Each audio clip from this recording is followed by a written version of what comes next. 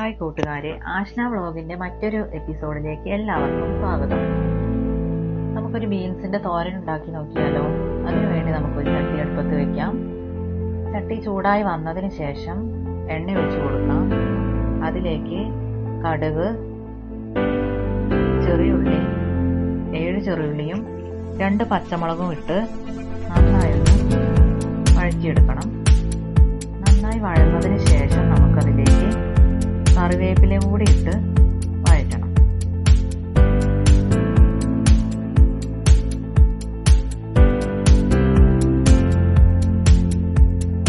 നന്നായി വഴന്നിട്ടുണ്ട്. അതിലേക്ക് നമുക്ക് ബീൻസ് കൂടി ഇട്ട് കൊടുക്കാം.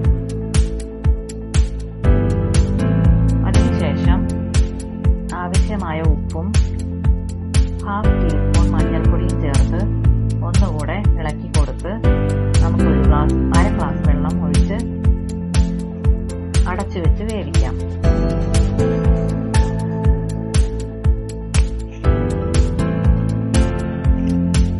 അടച്ചു വെച്ച് വേവിച്ചതിന് ശേഷം വെള്ളം വറ്റിയോന്നറിയാൻ നമ്മൾ ഒന്നുകൂടെ തുറന്നു നോക്കാം.